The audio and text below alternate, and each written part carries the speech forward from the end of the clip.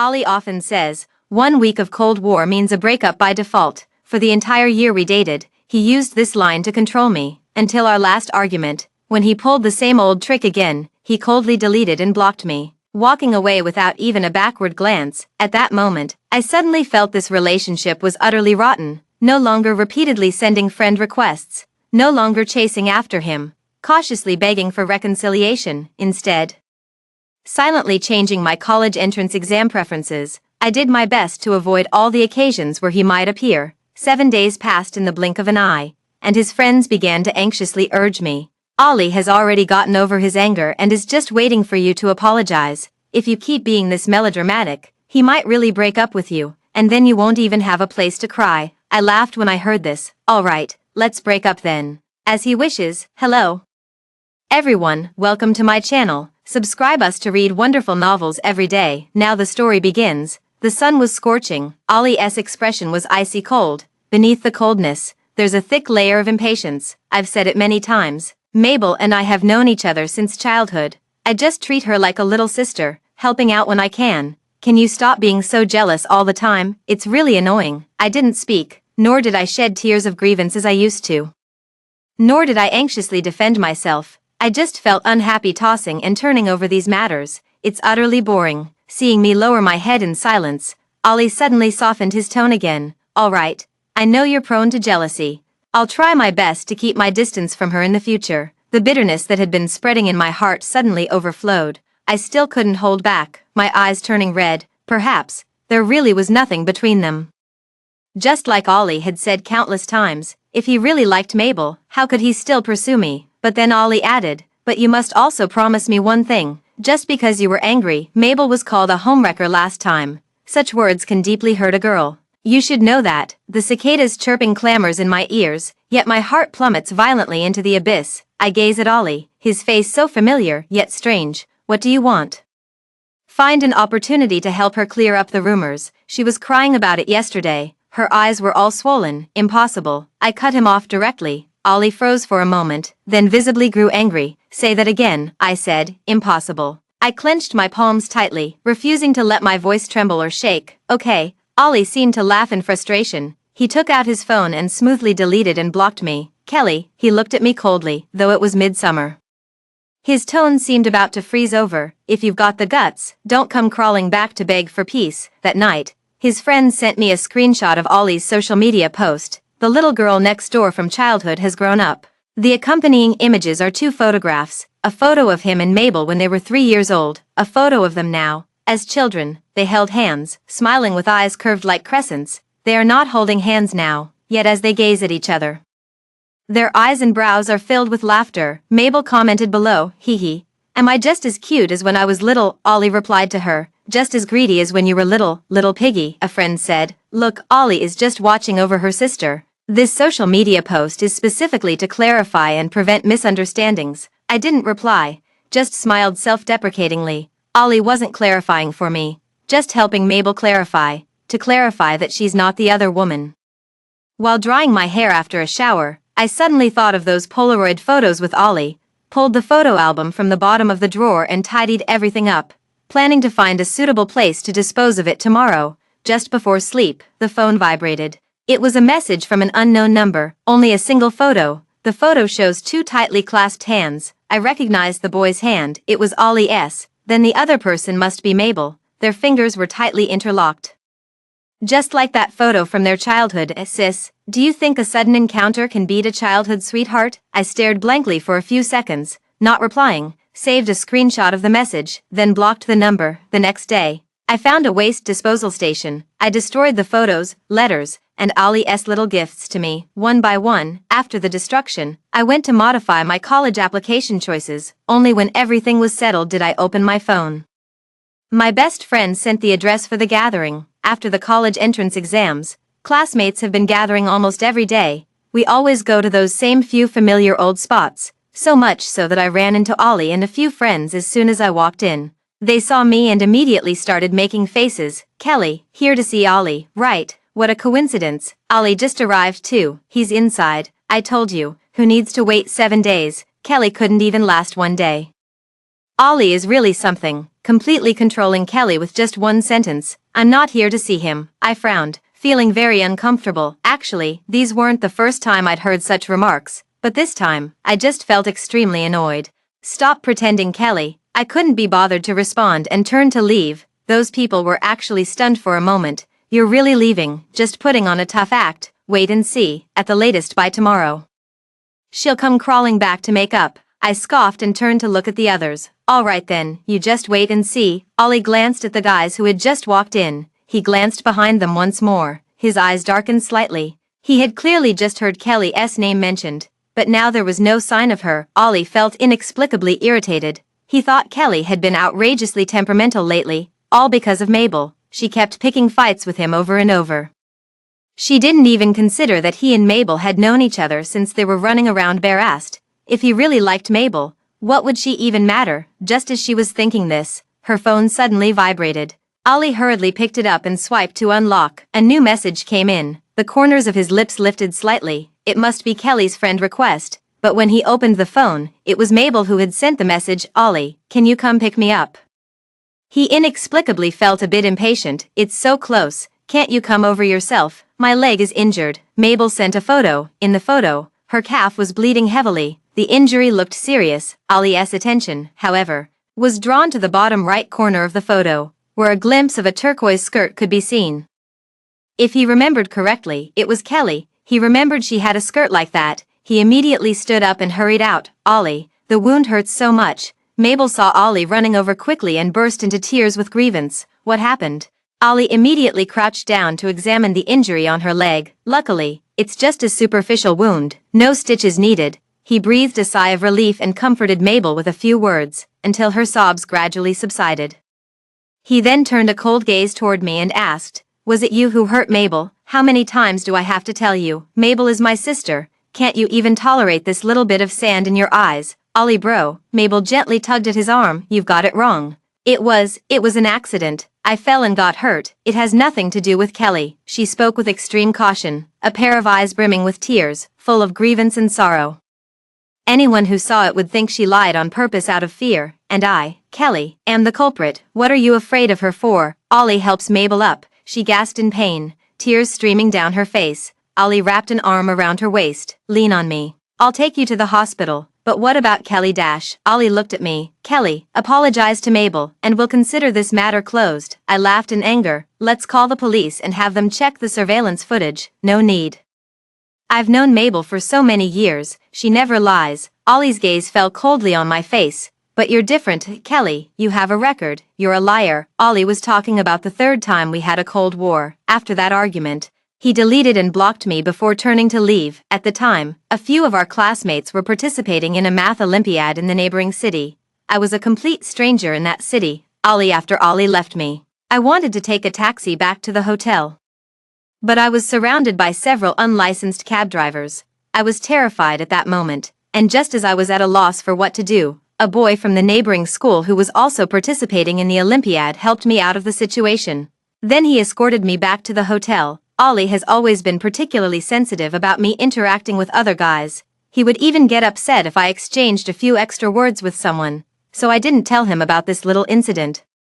But on the day of the award ceremony, the guy named Patrick came over to congratulate me. Ollie immediately changed his expression. I had no choice but to explain the truth to him. He didn't seem to mind at the time, but every time we argued, he would bring it up again, calling me a liar, saying I was full of lies. In the past, I would feel wronged, deeply wronged, tried every possible way to explain, begging for his forgiveness. But now Ollie says this. I just find it utterly ridiculous.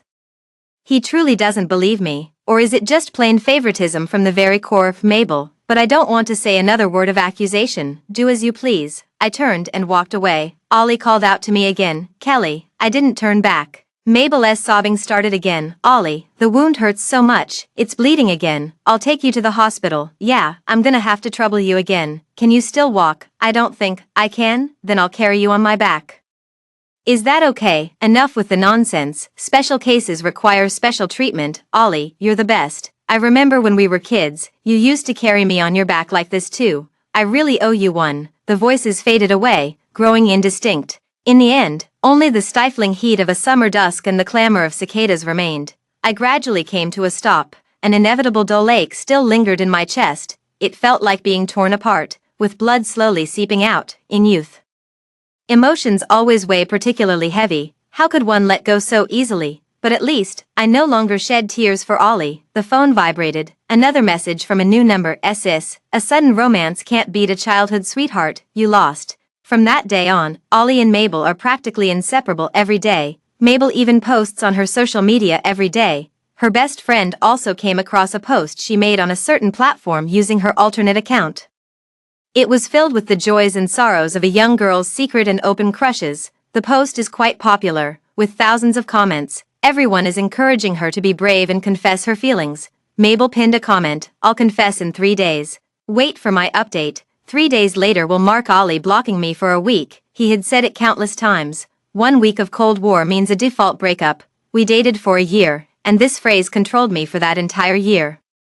I'm a stubborn and single-minded girl. Loving someone means loving them with undivided attention. Ollie was my first love. He was the one who helped me out of the shadows of my family, and also pulled me through the lows of my senior year in high school. I cherish this relationship deeply. That's why I kept lowering my head, compromising, and seeking reconciliation. But I forgot, when I placed myself in such a low position, he naturally began to see me as less and less important. I left the group chat with Ollie and our mutual friends, deleted all his buddies' contacts and other ways to reach them. I avoided all places where he might appear, keeping my distance. No one knew I changed my college application choices except the homeroom teacher and my best friend. A week passed in the blink of an eye. That night, I went out singing with my best friend. We deliberately chose the one farthest west in the city. Yet we still ran into Ollie and his buddies. It seemed as if they were waiting specifically for me. Upon seeing me, they immediately walked over. Kelly, several people surrounded me, forcing me to stop in my tracks. Actually, Ollie stopped being angry long ago. You know how he is. Tough on the outside but soft on the inside. He's been waiting for you to go back and apologize to him all along. If you keep being this melodramatic and he really breaks up with you, you won't even have a place to cry. I laughed when I heard this. Alright, let's break up then. Kelly, you're still playing hard to get when the situation is urgent. I've heard that Mabel is also planning to confess to Ollie. Don't let someone steal your love interest, so you've all known she was poaching all along. I looked at them with a mocking smile. My expression caught between amusement and derision. The group exchanged uneasy glances before someone finally spoke up. Kelly, actually, Ollie only ever liked you. You should go see him.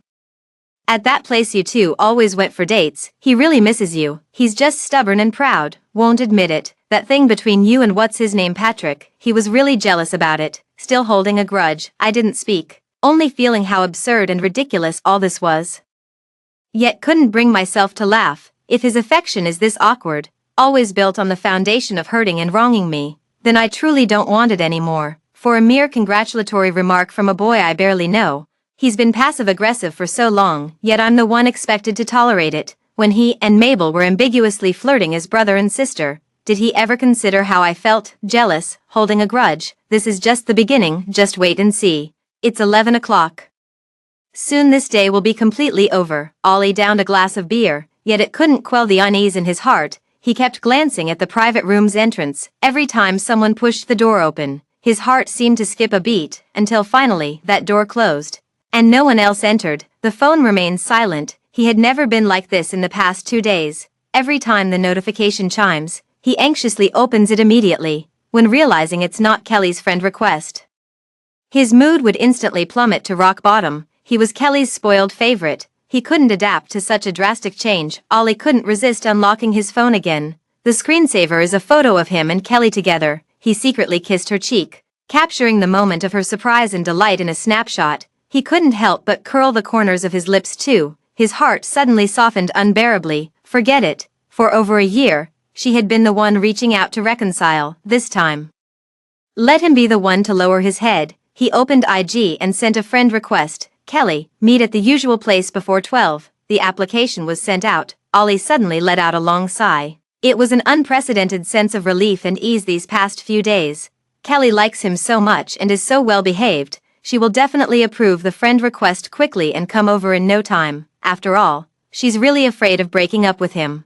Every time they have a Cold War, it never lasts more than 3 days. She would come to him with eyes swollen red from crying. carefully seeking reconciliation. She liked him so much, cared for him deeply. Ollie felt a faint stinging pain in his chest. He went too far, deliberately using Mabel to provoke her these past few days. Actually, there's really nothing between them. He and Mabel hadn't seen each other for years. Now that they've reunited, it's just a passing novelty for him.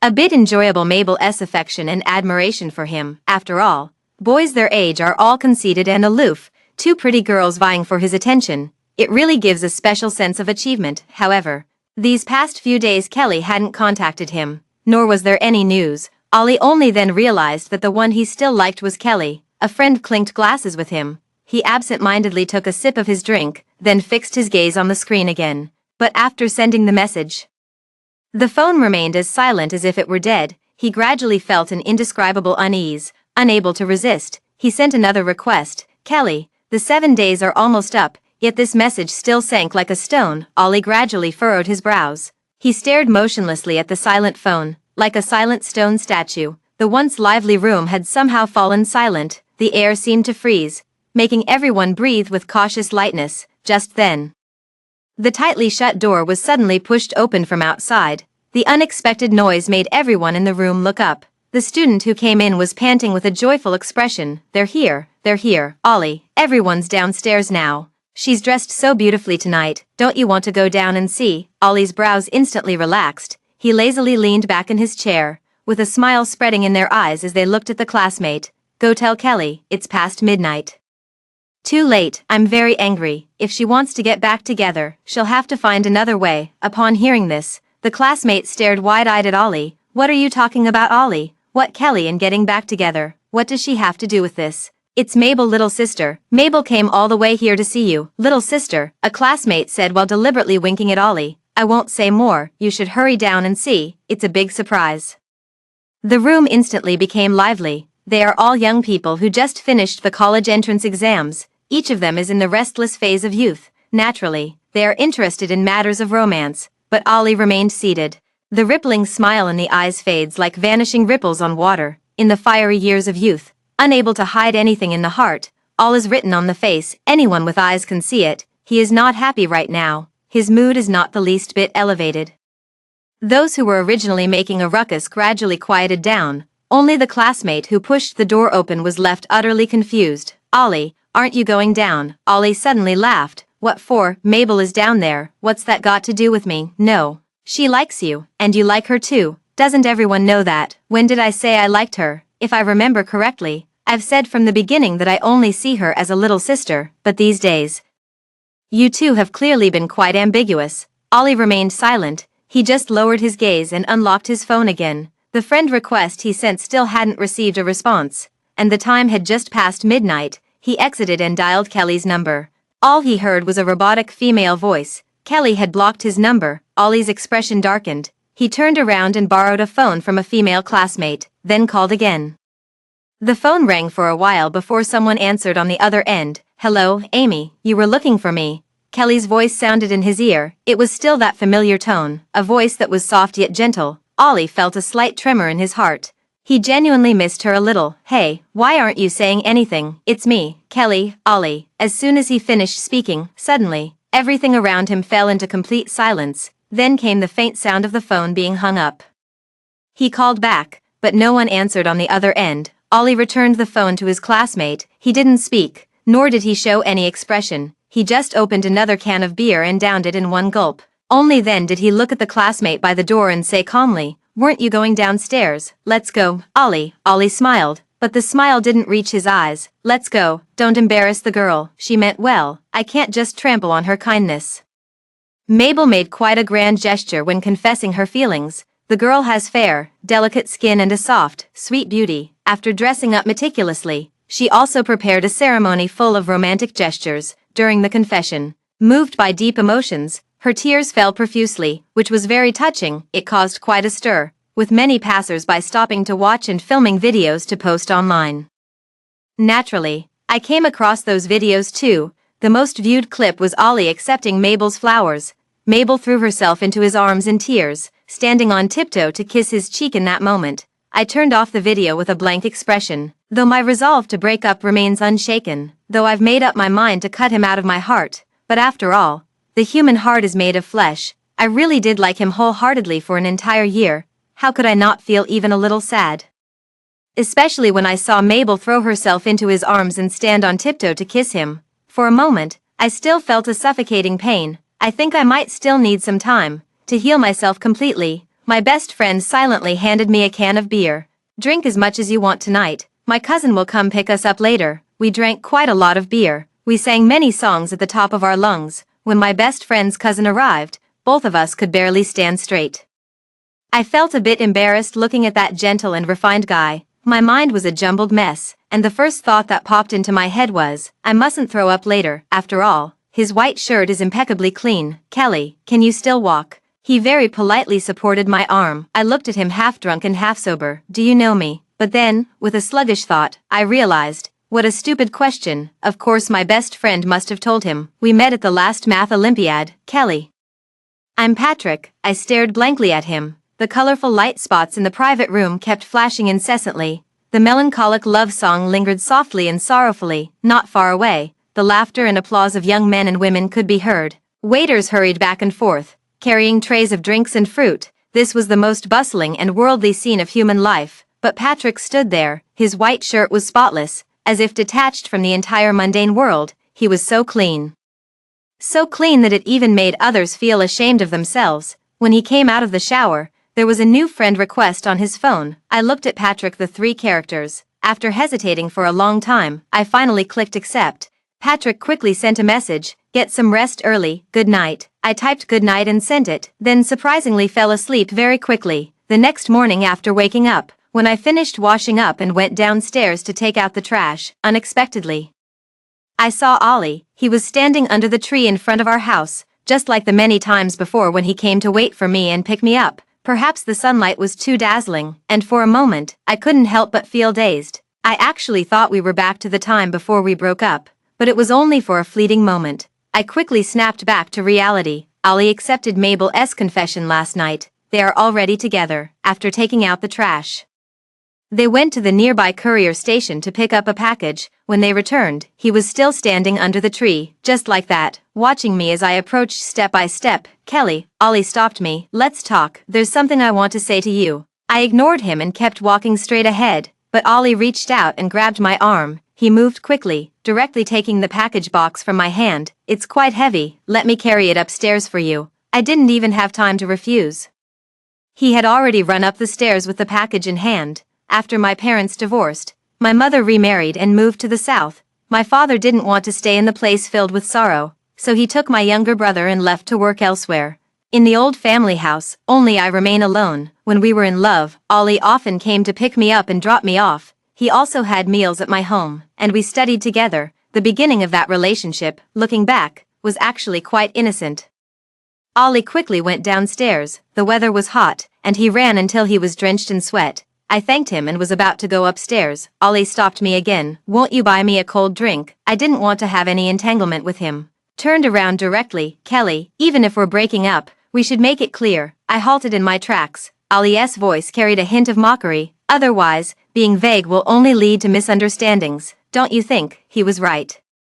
His words did remind me, since we've decided to break up, it's indeed better to make things clear. After all, we'll be going to different universities soon. I'll be starting a new life too. I turned around and pointed to the ice cream shop across the street. Let's go there. Okay. Ollie was the first to turn around. We walked across the street one after the other. The sun was blazing, and there were few people on the street. I didn't see it. At the street corner not far away, a young boy in a white shirt riding a mountain bike. The scorching wind billowed his shirt like a sail.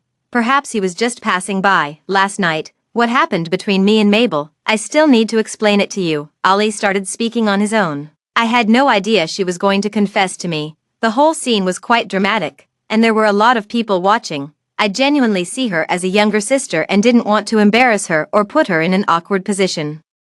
That's why I didn't refuse her at the time. As he spoke, he watched my expression. Afterwards, I made it clear to her I didn't date her. Kelly, I smiled, really wanting to ask a question. So, to avoid embarrassing her, I could accept her flowers, embrace, and kiss. Then in the future, would I also, to avoid embarrassing her, having more intimate contact with her, even sleeping together? but I don't even want to question it anymore. This kind of thing has happened too many times. I'm really tired. None of what you're saying has anything to do with me anymore. I only came here with you to make things clear between us. 7 days of Cold War means an automatic breakup. That was the rule you set from the beginning. Ollie, please keep your promise. We've already broken up. What you do from now on, who you date, it's all your freedom. No need to tell me. I took one last look at him, the blue and white school uniform that sheltered me from the rain. The faint scent of ballpoint pen ink as he writes beside me, in the moist earthy aroma after the rain, that light yet restrained first kiss. Amidst the ebb and flow of the crowd, he walked towards me against the current with a slightly mischievous smile. He said, Kelly, we'll be good together for a lifetime, attend the same university, stay in the same city, get married, have children, never part. It all feels like it was just yesterday, yet it seems as distant as a past life. My eyes slightly reddened. I was fully aware in my heart that I had truly let go. Are you sure you want to make things this difficult between us? 7 days of Cold War means a default breakup. That was indeed my rule. But even after those 7 days passed, Kelly, I still took the initiative to reach out and reconcile. Is there anything else you're unhappy with? Everything that needed to be said has been said. I didn't want to drag this on any longer, so I turned and walked away. Ollie grabbed my arm again, his brows slightly furrowed but his eyes bright. The acceptance letter will arrive soon, and we'll be going to the same university. Kelly, have you forgotten what you promised me? I haven't forgotten. Just a while ago, I was still looking forward to it. What will the upcoming college life be like? We agreed to rent a small place near the school, spending every single day together. We promised to be together forever. But youthful vows are too fragile. Stop messing with me. I'm going abroad with my parents to visit relatives tomorrow. Don't make me worry about you while I'm away. Wait for me to come back, Kelly, and we'll go to school registration together. Before I could say anything, Ollie's phone suddenly rang. He glanced at it, frowned slightly, and hung up. But it quickly rang a second and third time. Ollie ended up answering it after all. Mabel, what's wrong? Okay, don't worry. I'll be right there. I'll explain to your parents. Stop crying. It's not a big deal. I'll make it clear to them. I'm on my way now. 15 minutes at most. Wait for me. Ollie hung up the phone and immediately apologized to me. Mabel's parents were furious and almost hit her. Actually, it's because of our previous argument. Your best friend called her a homewrecker, and it reached his parents' ears. Regardless, it started because of me. I'll go explain it to his parents. Kelly, wait for me to come back. Don't forget, we're going to report together, Ollie said, then hurriedly left. Through the glass window, I watched him walk away in haste. To my surprise, my heart remained as calm as a windless lake. Not a single ripple rises anymore. Ollie went abroad. Before going abroad, he called me a few times using someone else's phone. I didn't answer any of them. Shortly after he went abroad, Mabel followed him. Their families were well matched in social status and had always been on good terms. Mabel's parents would probably be happy to see them together. Actually, it's my own fault. In my youthful ignorance, I was only focused on love, completely forgetting the vast difference in our social standings. Even if Ollie hadn't been unfaithful, with such a huge disparity between our families, his parents would never have accepted me. Looking back now, breaking up might actually have been for the best. After receiving the admission letter, I started working part-time during the summer vacation with complete peace of mind. Dad still refused to come back. He just casually encouraged me with a few words over the phone and sent me a few thousand yuan. He said the cost of living was high in another city. I got into college. I can be independent now. After this, he won't be sending me living expenses anymore. I still feel a bit sad about it. After my mother remarried, she had another son, whom she dotes on as if he were a precious jewel. In my aunt's social media feed, I once saw a photo of my father's younger brother. My younger brother's shoes are all branded, costing several hundred yuan a pair. As for me, my first pair of branded sneakers, still, Ollie gave it to me as a birthday gift. After all, I still have to pay tuition, so I accepted the money. I thanked them very sincerely. Dad didn't reply to me. I calmly logged out of IG, composed myself, and got back to work. I work part-time at a very large fried chicken restaurant. On my second day of the part-time job, I met Patrick. He said he loves this restaurant's fried chicken the most and eats it every day. Sure enough, from that day on, I encountered him every day. He always sat quietly alone in the corner, ordering a lot of food but barely touching any of it. In the end, it all ended up benefiting me. A coworker from my part-time job teased me privately, asking, "Does that guy like you? He comes every day. It must be for you, right? He's so handsome." He looks clean and fresh, and seems like he smells nice. While pouring the cola, I laughed and said, no, he's my best friend's cousin. Besides, he comes every day just because he loves the fried chicken here the most. The manager suddenly interjected, who said that, before you started working part-time, I'd never seen him even once. I couldn't help but freeze for a moment, instinctively glancing at Patrick, who was sitting quietly in the corner. He had barely touched the food in front of him. He just kept his head down, quietly working on practice problems on his tablet. I couldn't help but purse my lips and slowly avert my gaze, yet I warned myself in my heart, Kelly, some mistakes only need to be made once. My best friend comes from a very well-off family, but she told me that her aunt's family was even wealthier. Patrick's family had long settled in Beijing. He was just back for summer vacation to visit his grandparents, staying here for a short half-month. Soon he would return to that world far removed from ordinary people like me. I started intentionally avoiding Patrick. Someone as perceptive as him quickly noticed something was off about me. That day, I received a second message from him on IG. Kelly, do you hate me? I stared at those words for a very, very long time. My throat felt tight, and there was an oppressive discomfort in my chest. How could anyone dislike such a Patrick? It's just that things that shouldn't have happened would be better off never happening at all. No, you're fine. It's just that I might feel you've caused me some trouble, and I plan to resign tomorrow. In the chat box, typing was displayed for a very, very long time. But in the end, he only sent me one sentence: no need to resign, Kelly. I'm very sorry. I won't disturb you anymore. I lay on the bed, burying my face in the pillow for a long time. Only then did I type 2 words: thank you. Time passed quickly. For the rest of the holiday, I never saw Patrick again. During work breaks, I occasionally couldn't help but glance at the corner where he used to sit. Many people came and went, but that quiet figure would never appear again. Mabel often posts on her social media. From time to time, Ollie makes an appearance in them. Sometimes I would also run into his friends. At first, they would tell me that Ollie had been asking about me, but I paid no attention to it. Gradually, no one mentioned these things to me anymore. When it was time to go report, Ollie returned from abroad. He came running to me the first chance he got. He was carrying many gifts, the logos on those paper bags declaring their exorbitant prices. Kelly, these are all gifts I bought for you abroad. Every time I saw beautiful jewelry or dresses, I thought of you and couldn't resist buying them. Look, in just this short time, I've bought such a huge pile. He handed me the gifts, his joy tinged with an unusual hint of caution. By the way, don't listen to their nonsense. There's nothing between me and Mabel. It's just that my parents like her, so they kept her at our place for a few days. Kelly, you're not angry anymore, are you? I felt a bit dazed. After over a year of dating, I had almost forgotten. Ollie also has moments of being this cautious. At first, he pursued with passion, but as feelings faded, his attitude gradually became aloof. The initiative was always in his hands, but if he no longer holds a place in my heart, if I no longer love him, then what is he to me? I'll pick you up tomorrow, and we'll go to school registration together. Mabel is also starting school. With the heavy workload of senior year, she won't have time to bother us anymore. He kept talking to himself. I just smiled and watched him, waiting for him to finish. Kelly, you're smiling. You're not angry anymore, are you? Ollie's handsome face once again wore that familiar, smugly confident smile I knew so well. He took a step forward, wanting to hug me, but I took a step back to avoid him. Sorry, you'll have to go report by yourself. Are you still mad at me? He visibly frowned with displeasure. I've already compromised twice, Kelly. I looked at him calmly, thinking he looked just like a clown right now. I spoke slowly. No, I stopped being angry a long time ago. It's just that my school is in Beijing, not the same city as yours. Ollie was stunned. This seemed to be the first time I'd seen such an expression on his face, shocked, yet overwhelmed by waves of panic and unease. In the end, only a disbelieving pallor remained. You're lying to me, aren't you? If it's because you're concerned about Mabel, I'll call her right now and make it clear. Tell her to never bother me again. Ollie took out his phone, his hand even trembling slightly, but I stopped him. No need, it's unnecessary.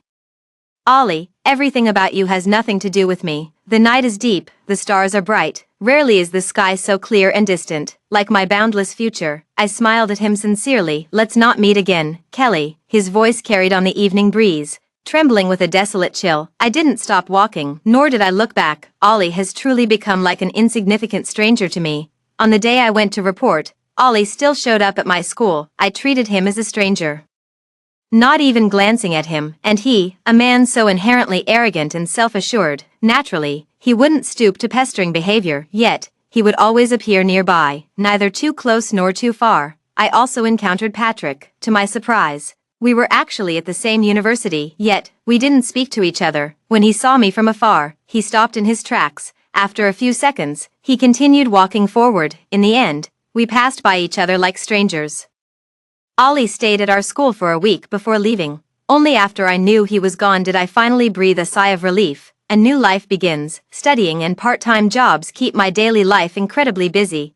I occasionally run into Patrick at school. He caused quite a stir on his very first day at school. Many girls have a crush on him. We often talk about him during our dormitory bedtime chats. I learned a lot about him from their stories. He excelled academically, came from a well-off family, and had excellent social skills. He was gentlemanly, polite, and kind to others, yet deep down, he seemed to keep everyone at a distance. He turned down the advances of many girls. Gradually, he became the famously unattainable flower of our school. I never interrupted their conversations, nor did I mention that we had known each other long before. We had shared some trivial past encounters. I think some people appear in our lives just like that. They dazzle you for a moment, then leave an indelible mark. But that's all there is to it. When autumn arrives, so does my birthday. When I came back from dinner with my roommates, I saw Ollie downstairs at the dorm. What surprised me even more was that Mabel was also there. When she saw me, Mabel glared at me with reddened eyes, but quickly lowered her head again,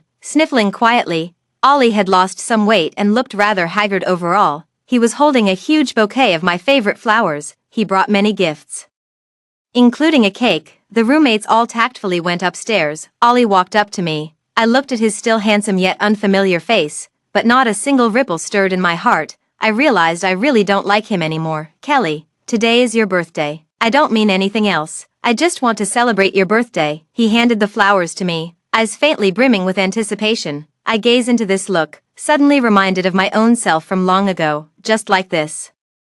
Gazing at him with hope, wait for him to condescend to reconcile with me. I couldn't help but laugh. Ollie's eyes suddenly lit up. Kelly, go away. My roommate already celebrated my birthday with me. Don't come again in the future. It's useless no matter how many times you come. Ollie, I don't like you anymore. No, it's impossible. We were each other's first love. Kelly, you said it yourself. You liked me so much, so very much, more than anyone else. Ollie seemed to have lost his composure. I know. It's all because of Mabel. She sent you messages behind my back and posted those misleading moments on social media. I brought her here this time specifically to have her tell you in person. Those were never my true intentions. I've never liked her. It was all her doing behind my back. Ollie roughly pulled Mabel over. You say it yourself. Tell Kelly the truth. Didn't I tell you from the beginning that I have a girlfriend and I don't like you? Kelly, Mabel was clearly frightened by his demeanor. It was me who intentionally made you misunderstand. Ollie told me from the very beginning that he has a girlfriend. It was me who couldn't accept it. It was me who used our childhood friendship to trap him. I deliberately chose those angles for my social media posts. Ollie knows nothing about it, but you're enjoying this, aren't you, Ollie?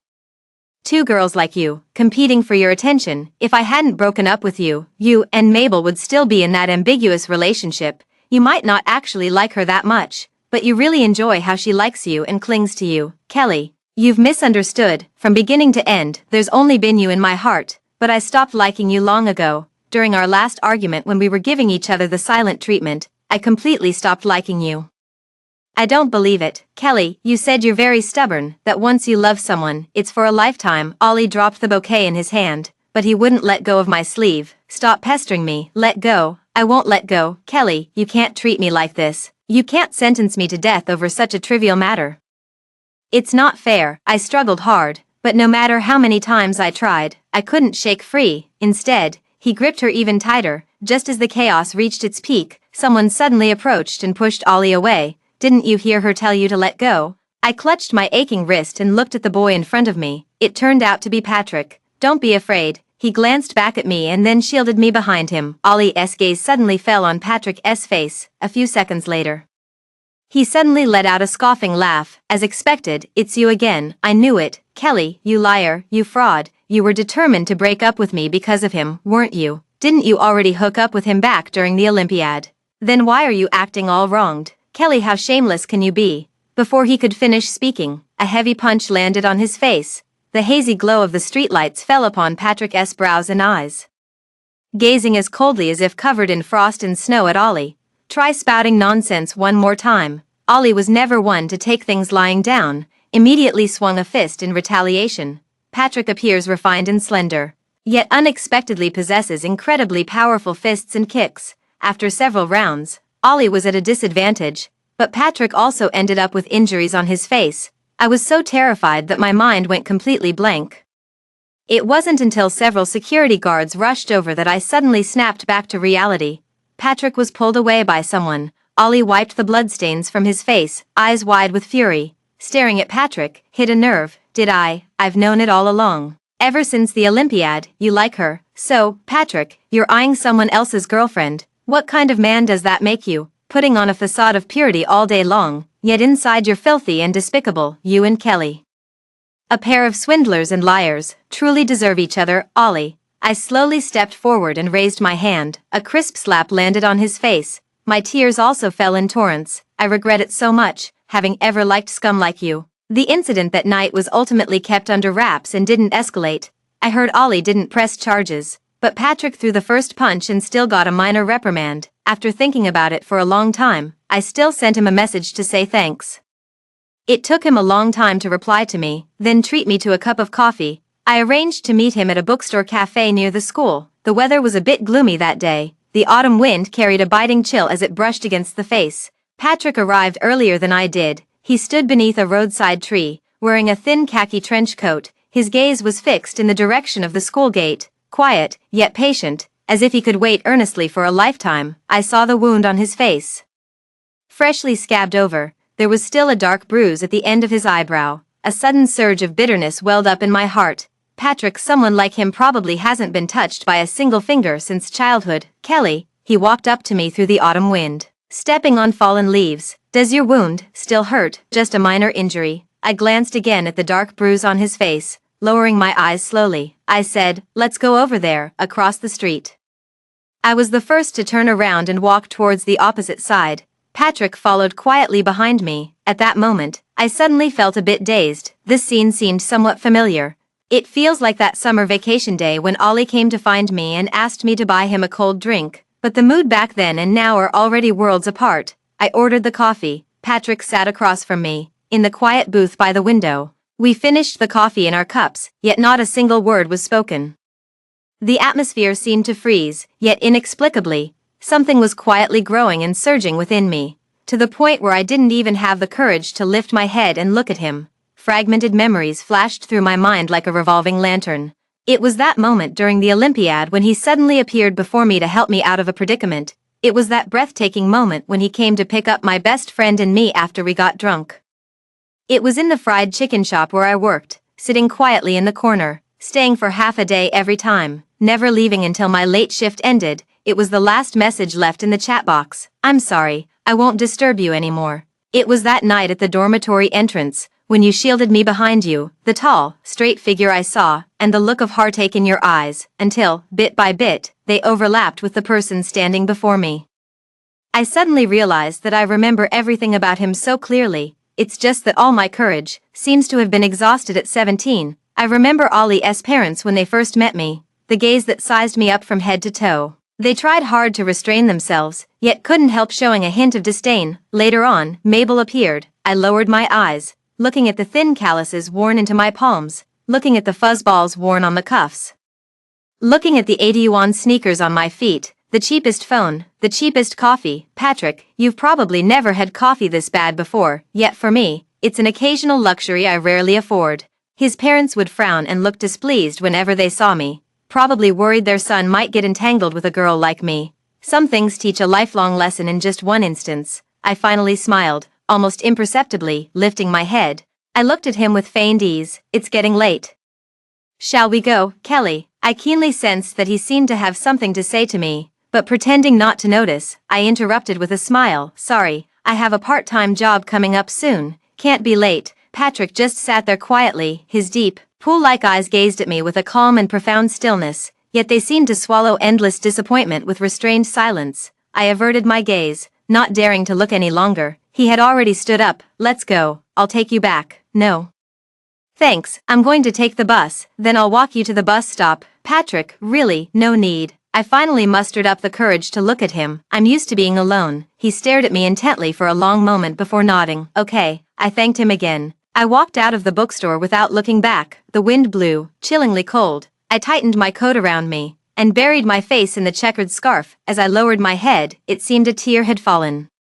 But it also seems like it's just my imagination. Our school sometimes feels very small, so small that Patrick and I bump into each other almost every day. But now our school suddenly feels very large again. I never saw him again after that. The girls in the dorm rarely mentioned him anymore, but I often think of him, actually, after leaving the bookstore that day.